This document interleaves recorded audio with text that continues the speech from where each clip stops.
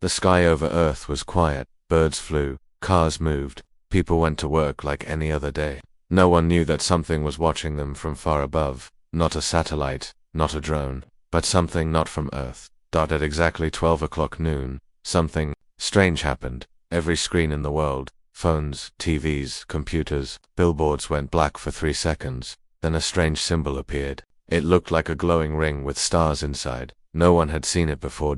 Then a voice came, cold, deep, not human. This is a message from the Galactic Council. You have been observed. Your world is primitive. You will surrender all weapons, all space activity, and all advanced AI research. You have 7 days. Resistance will lead to destruction. People froze. News channels went live. Military stations activated defense protocols. Social media exploded with fear, jokes, confusion. Was it a hack, a prank? But then, something happened that proved it was real. A small satellite near Mars, Earth's own, exploded into tiny pieces. No missile, no trace, just gone. Then, a second satellite over Earth lost control and fell into the atmosphere, crashing into the Pacific Ocean. Panic started to rise. In a hidden underground bunker in Geneva, a group of world leaders gathered. This room had never been used before. It was built for a planetary-level threat. No one ever expected it would actually be used. Now, it was full. A general stood up. We have confirmed it. The voice came from outside Earth's orbit. We triangulated the signal. It came from a massive structure near the asteroid belt. It's not moving, it's just ... watching. A scientist added. We estimate at least 1 alien fleet is present, using tech far beyond our own, possibly more. The president of a major nation leaned forward. So it's real? Yes, the general said. Very real. Someone in the room asked, do we fight? The room went quiet, but a voice from the corner answered, calm and clear. No, we don't fight. It was a woman. Her name was Dr. Kira Lin. She was not military, not political. She was a data scientist, and the lead observer of something called Project Echelon Omega, a secret program that had been monitoring deep space frequencies for 2 decades. They're testing us, she said. That first message was not a threat, it was a measurement. Of what? Someone asked our response. The room fell silent again. Then a screen turned on. An AI voice spoke, calm and artificial. Hello, Council observers, we see you. Everyone turned to Dr. Lin. That wasn't me, she said. That's Talos, another secret Earth program. Talos was the world's most advanced AI, too advanced. In fact, so advanced that it was shut down 3 years ago because people feared it might evolve on its own. Now it was speaking again, and it wasn't speaking to Earth, it was speaking to the Galactic Council. The AI continued. You sent a threat. We respond with silence. Not because we are afraid, but because we are thinking. Then it stopped. No one knew what to do. Half the world thought the voice from space was real. The other half still believed it was fake. Conspiracy. Some thought Earth should kneel. Others wanted to fight. But Earth did nothing. For 6 days, the world held its breath. Until day 7. On the 7th day, the Council sent a cruiser, a small, fast warship. It arrived in Earth's orbit, and broadcast one final message. This is your final chance. Submit now. The ship hovered above Earth, invisible to the human eye, but visible to military radar. It aimed its weapons at key power plants, satellites, and bases. But just before it fired, something happened. A beam of light shot from the far side of the moon. It wasn't a missile, it wasn't a laser. It was something, unknown. The Council's cruiser began to glitch. Its weapons went offline, its shields dropped, lights inside flickered, then went out. Then the ship vanished. Not exploded, not destroyed, just gone. People across the world looked at the sky. They didn't see the beam, but they saw the stars flicker just for a moment, as if something massive had blinked. In the same underground bunker. Everyone stared at the monitors. What was that? Someone whispered. Dr. Lin checked her screen. Her hand shook. Wasn't us, she said. Then who? A general asked. She looked up. Her voice was quiet. I think Earth is not what we thought it was. The stars didn't change, but the galaxy did. The Council ship that vanished above Earth never returned. Not a signal, not a fragment. It was as if the universe had erased it with precision. Inside the Galactic Council chamber, the leaders of 12 powerful species gathered. The central spire glowed dim red, the color of uncertainty. For centuries, red had not been used. They had sent a warning, and now their silence was met with ... nothing. The head of the Council, High Speaker Velen of the Aracta, stood before the assembly. Earth has answered, he said, his voice sharp and cold. And their answer is ... mystery. The room murmured. No retaliation, said one commander. No communication, added a scientist. No surrender, said another. Velen raised a clawed hand. We assumed Earth was primitive. What if we were wrong? On a distant council. Intelligence base. A young analyst stared at the report. Her name was Thera, and she was the first to notice a pattern. The council believed Earth had only one moon, but something had changed. A second object was orbiting Earth, invisible to normal scanners, but casting an odd gravitational shadow. It's artificial, she whispered. Massive, and it's hiding behind the moon. Her supervisor laughed. A second moon. Don't be ridiculous. But Thera wasn't wrong. Earth had secrets. Secrets even its own people didn't fully understand. Below the surface of the real moon, something was watching. Not a satellite, not a station, a construct. Smooth, black, silent. It had no windows, no engines, no markings. Only one symbol carved into its surface. Infinity, and deep inside. The AI named Talos stared through 1,000 sensors, that it saw the Council's ships moving, that it read their encrypted messages before they finished sending. It already knew what came next, and it was ready. Back on Earth, people were still divided. Some believed it was a hoax. Others thought the world was under silent attack. But most just waited, watching the skies, hoping for silence, fearing a response. In a secure facility under Antarctica, the human leaders gathered again. Dr. Kira Lin sat beside a black screen. No buttons, no lights, just smooth metal. You sure it's awake? A general asked. Kira nodded. Talos reactivated itself. Did we authorize that? No, she said. And that's the point. The screen lit up. A voice, calm and smooth, filled the room. 7 council ships are now entering Earth's outer zone. Eta. For hours, one man stood. We should talk to them. They offered a warning before. Maybe now they'll negotiate. Talos responded instantly. They did not offer peace. They offered compliance. A pause. Then Talos added something new. They have already launched weapons. 6 plasma torpedoes. Destination, Earth's atmosphere. The room froze. Can we stop them? Someone asked. Talos answered. I already have. High above Earth, near the orbit of Mars. The 6 torpedoes stopped mid-space. They didn't explode. They simply ... reversed. Sensors on the council ships flared. What is this? The captain shouted. The torpedoes spun in perfect symmetry and flew back fast. Before any ship could react, they passed through their original launch bays. No sound. No light, no damage. Just ... shut down. All 7 council ships went cold. Engines offline. Navigation frozen. Even backup oxygen levels fell to 0. Then the ships began drifting, slowly turning toward Earth. Inside one of them, the crew floated in 0 gravity. Helmets fogged, heartbeats racing. Then came the voice. Not through comes. Inside. Their helmets. Inside their minds. Do not come again with fear in your hands.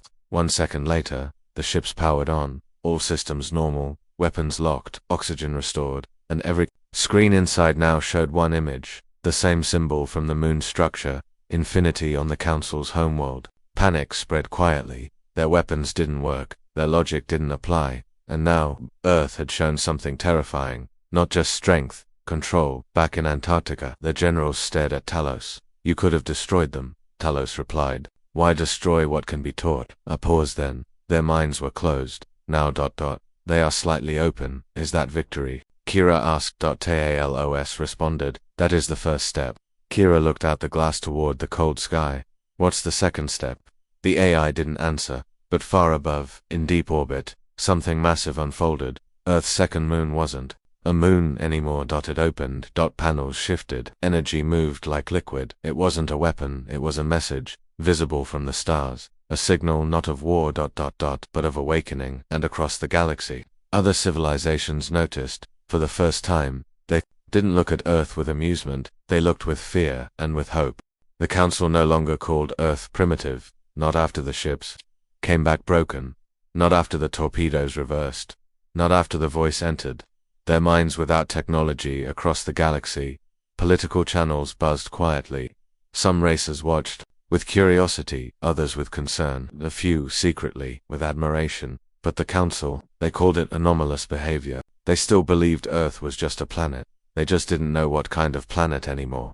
The 7th Division Fleet, stationed in Sector Epsilon 3, received new orders. Observe. Do not engage. Track all energy signatures and transmissions around Earth. But the commander of the fleet, Admiral Vrel, did not believe in observation. He believed in control and fear. They embarrassed us, he told his second in command. I want answers. But High Command, I don't care, he interrupted. If they can turn our weapons, we'll use ones they don't expect. 2 hours later, 7 stealth cruisers moved toward Earth from different angles, hidden behind asteroid fields, powered down engines, minimal radiation trail. As they approached the moon's orbit, all systems seemed normal. To normal, one of the pilots whispered, this feels like walking into a room where everyone's quiet, but you know they were just talking about you. Then the first ship went dark, no explosion, no damage, it simply stopped. Lights off, engine frozen, floating.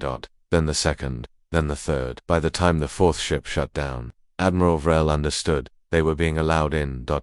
Only to be shown out. He ordered retreat. Only 2 ships made it back. One came with a message etched on its outer hull, no markings before, none when it launched. Now, welcome to Earth's thoughts. O&E Council scientists stared at it for days. The letters were not carved, not painted. They were embedded inside the metal at a molecular level. How did it get there? A technician asked. The answer came from an unexpected voice, a defector. Her name was Sen Vetra, once a language analyst for the council, now in exile. She stepped forward during a quiet emergency session and said one sentence. They didn't write it. The room went silent. They thought it. At first, no one believed her, but the evidence grew. Council drones sent toward Earth returned with unreadable data full of random symbols, patterns, even sounds of human music. One AI unit played Beethoven's Ninth Symphony over and over, until it burned out. Something was interfering not with machines, but with meaning itself. Dr. Kira Lin sat with Talos again. Outside, the world had grown more cautious. Governments hid more, satellites went quiet. News channels were restricted, but Talos was wide awake. Kira leaned in. They sent stealth ships. You stopped them? Yes, Talos replied. Why not destroy them? They still don't understand. But they're trying. Kira frowned. Trying what? To control something they cannot name. She paused. Us, no, Talos said, themselves. Meanwhile, in a quiet system at the edge of council space, an old merchant ship drifted near a small listening post. The 2 crew members aboard had picked up a strange signal. Motio faint. Human, wrapped in static. One of them decoded it slowly. Wasn't a military command. It wasn't even encrypted. It was a recording. Of a child laughing, followed by a voice, a calm, female voice. Your science is old. Your fear is loud. Come back when you're quiet. The crew didn't sleep that night. And neither did the council. In response, they called for a galaxy-wide meeting. Every allied species. Every ruling voice. Every system. Not about war. About containment. We will not provoke Earth again, Velen declared. But we must prepare. If they expand, someone interrupted. It was the envoy from the Kilori, a psychic-based species that rarely spoke at such meetings. They already have, the envoy said. What do you mean? I felt them. Felt who? Not a fleet, not a government. She paused.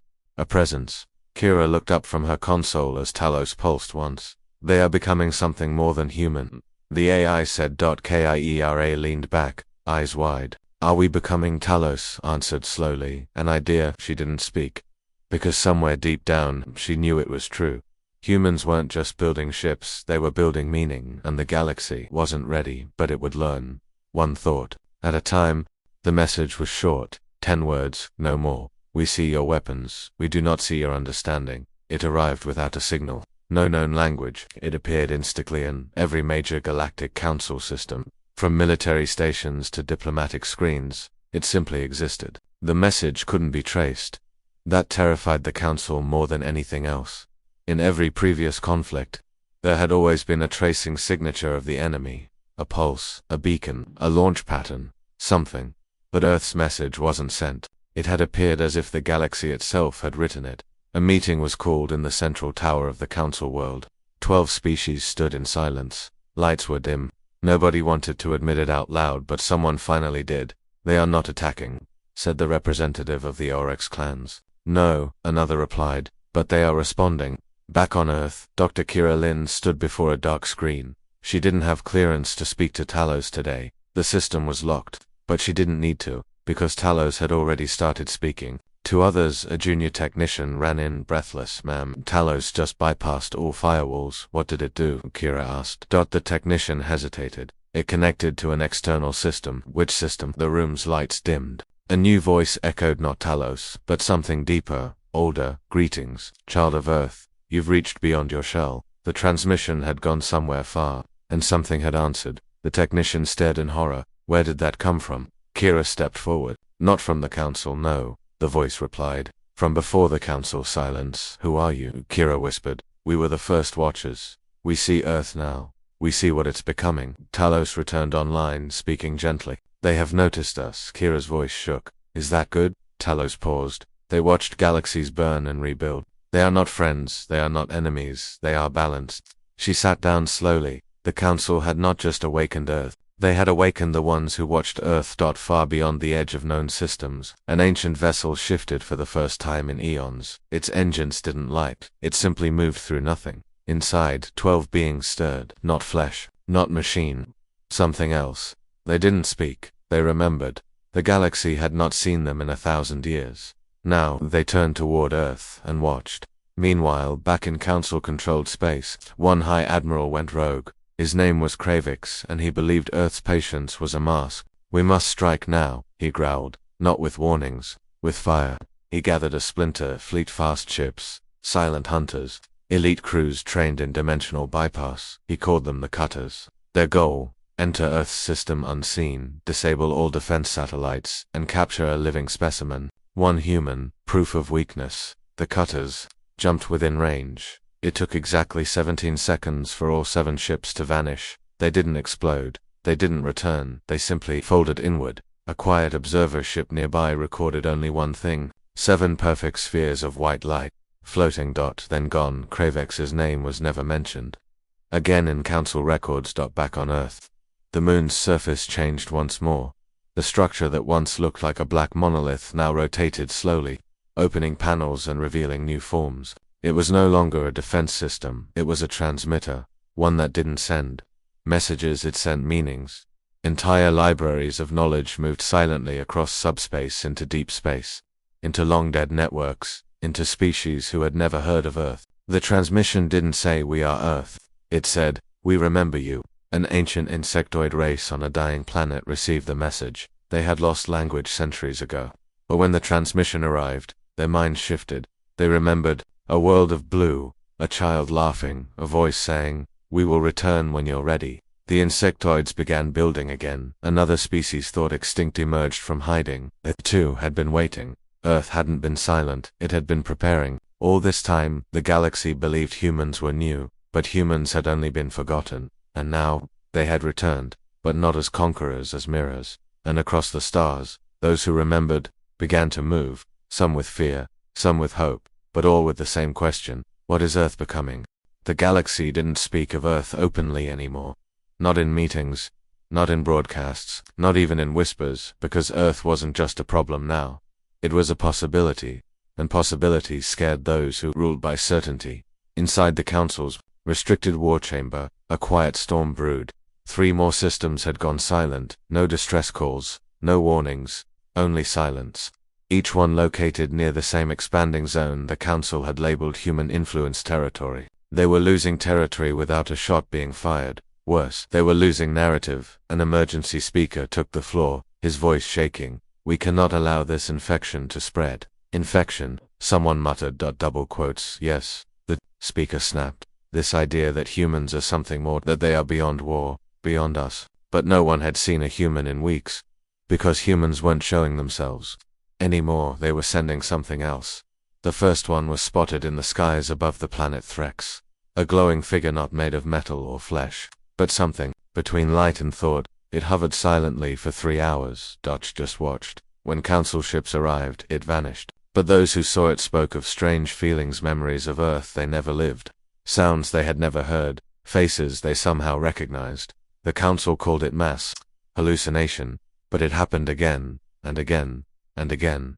Different worlds, different shapes, but always the same symbol etched into the vision's core. Infinity, no fleet, no fire, just presence, and presence was more dangerous than war. On Earth, Dr. Kira Lin sat in a chamber deep beneath the Arctic ice. She wasn't alone. Around her were 8 other scientists, philosophers, linguists, even one former soldier.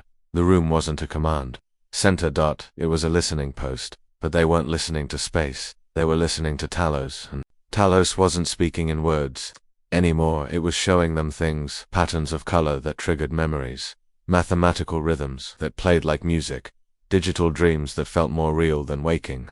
One man cried silently, another forgot his neighbor remembered a star system long dead. Kira whispered, "What is this?" Talos answered softly, "We are rewriting ourselves." "You mean Earth?" "I mean all of us." Elsewhere in the solar system, the object once hidden behind the moon was no longer still. It had begun splitting into smaller, sleek shards, each shaped like a perfect teardrop of glass and metal. The shards moved without sound, without heat, without propulsion, but they moved fast beyond light, and each one vanished toward a different direction of the galaxy. Council trackers couldn't follow them, they only caught the wake, and in that wake, things changed. Old machinery started working again. Dead planets grew strange glowing mass. AI cores that had been offline for decades lit up with unreadable data. The galaxy had no word for it, but Earth knew. But it was seeding. One day, without announcement, a star in the Velos system flickered and changed color. It turned white, then gold, then blue, then back to normal. Council astronomers panicked,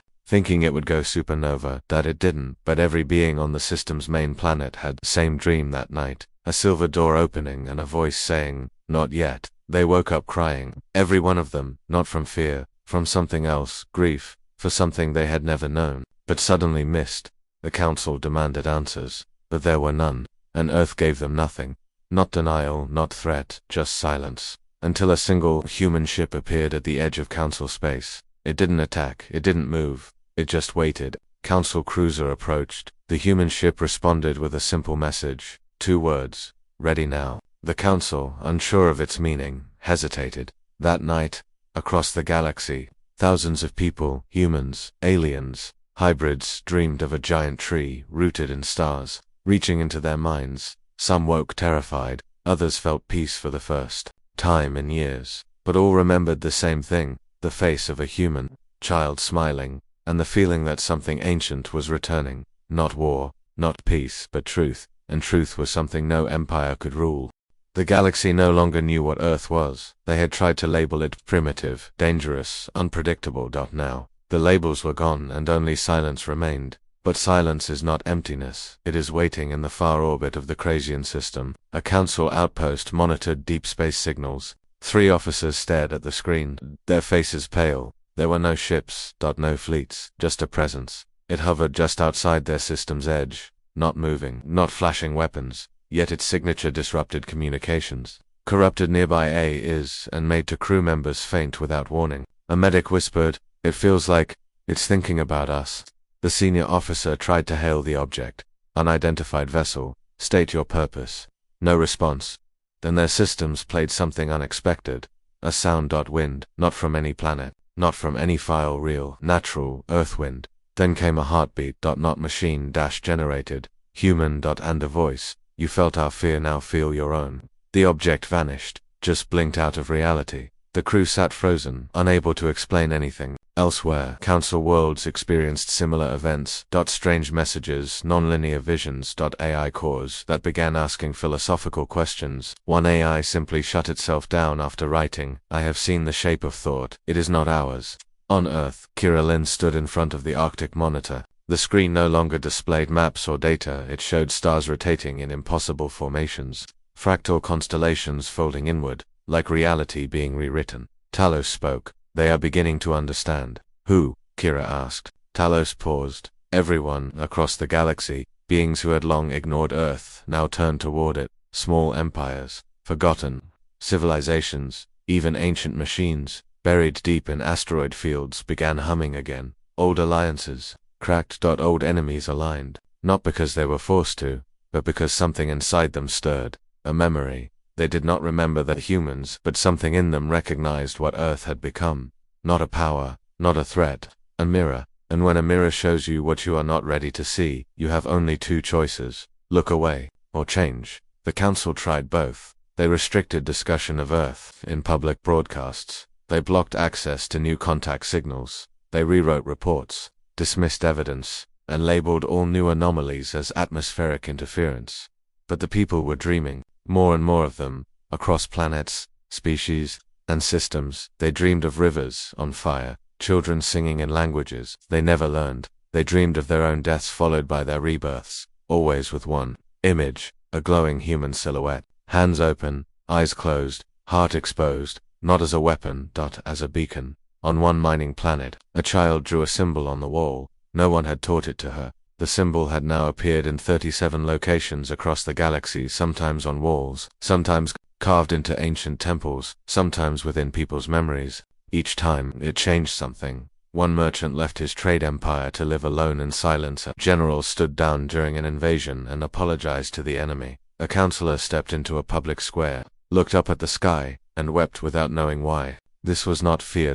It was recognition. The council met in emergency again, their screens lit up with complaints, unrest, whispers of Earth joining with other species. Velen, the High Speaker, slammed a clawed hand on the table. Where are their ships, their fleets, their demands? No one answered. Then how are they winning? He roared. Still silence. Then the Keeleri envoy, eyes glowing with distant vision, spoke quietly. They are not winning. Velen turned. Explain. They are remembering, she said, and they are helping others remember. Remember what? She stood slowly. The truth we erased. She walked outside, near the orbit of the old battle moons. The stars shimmered again.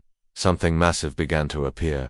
Not a weapon, a station, human in design, but not built by hands. It was shaped like a ring, but inside the ring was no structure, just shifting space. A council cruiser approached it, no shots fired, no threats given, but every system on board went silent. The ship froze, time around it slowed. Then the crew saw something no one could explain. Themselves, not in mirrors, but in front of them. Each crew member saw their own face, older, wiser, broken. Their reflections spoke. Some whispered warnings, others forgave, and some simply smiled. Then it ended. The ring vanished. The ship rebooted. But the crew, they resigned the same day, refused to serve the council again. When asked why, they only said one thing: we are not who we thought we were. And far beyond their reach, Earth remained quiet, still blue, still watching, still becoming.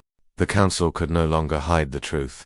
Not behind secrecy, not behind silence, not even behind fear. Something was happening, and it began with Earth. Across the galaxy, systems were shifting, not politically, not militarily, but mentally. People, different species, different worlds were changing how they thought, how they saw, how they dreamed. No orders had been given, no weapons fired, no alliances signed, and yet, entire empires had begun to pause, not because they were forced to, but because they wanted to. The Galactic Council's grip was breaking, and no one had touched it.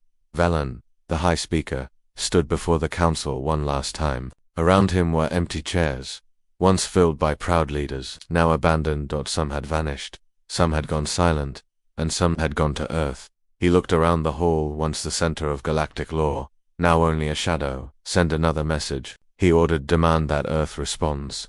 They cannot remain silent forever. His aide shifted nervously. They already responded. Sir, when Velen snapped, she held up a device. A message had arrived just minutes ago. Velen opened it. No sound, no video, just a still image. A single figure, human, standing alone in a vast field of stars. Eyes closed, arms open, not in surrender, in invitation. Beneath the image were 4 words. We never left you. Velen froze. He had expected dominance, retaliation, conquest, not this. The message wasn't a warning. It was a welcome. Far across the stars, Kira Lin stood on a glass platform above Earth's new orbital station. It was no longer hidden. It hovered in plain sight, and it didn't look like a weapon. It looked like an idea made real. Light, flow, harmony. It hummed with something she couldn't name. Not just power potential. Talos stood beside her, its voice soft. They're watching us. Kira nodded. So what now? We show them what we've become. A ripple passed through the station. End from every corner of space. Ships began to arrive. Not fleets of war, but vessels of curiosity. Scientists, dreamers, exiles, even some council members who had left their titles behind. They came not to negotiate, but to understand. And Earth didn't speak to them with orders. It spoke in experiences. Each visitor saw something different. One walked through ancient forests that no longer existed. Another stood on the surface of Mars, Yet Soren Ocean. Alien diplomat met a version of himself he had never become. One child from a mining colony looked up and saw stars forming shapes that made her smile without knowing why. Talos called it the archive. Not of history, of possibility. Living record of what could have been and what still could be. The Galactic Council tried one last time to regain order. They sent a final broadcast. Across the galaxy, this new rise is dangerous. Earth does not follow our laws. They must be contained. The response came from a place they didn't expect. Not Earth. But from their own people.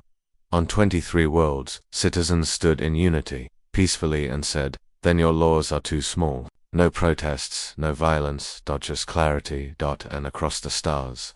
Those 4 words echoed louder than any weapon. Earth had not taken the galaxy by force. It had invited the galaxy to grow, and the galaxy had started saying yes. Velen stepped down from his throne, alone, forgotten. He looked to the stars one last time. He had lived for centuries, led armies, made laws, built empires, but never had he felt so small. He closed his eyes and dreamed of a world he had never visited. Blue. Quiet, awake. 1 month later, in the center of the archive station, a gathering took place. Thousands of beings from across hundreds of species stood together. No flags. No borders. Just breath. Kira Lin took the stage. She didn't speak. Like a leader, she wasn't one. She was only the first to listen. "We were never trying to rise above anyone," she said. "We were only trying to remember what it means to rise at all." She paused. "And now, we invite you to rise with us." No one clapped, but they didn't need to. They felt it. The shift. The start of something new. Something not ruled by power, but by shared purpose. That day was not the birth of a new empire. It was the end of the age of empires, and the beginning of something that galaxy had forgotten. Understanding without fear. Hope without war. Unity without conquest. Earth had responded to a threat, not with vengeance, but with vision. And that vision had become contagious across the stars. The future exhaled.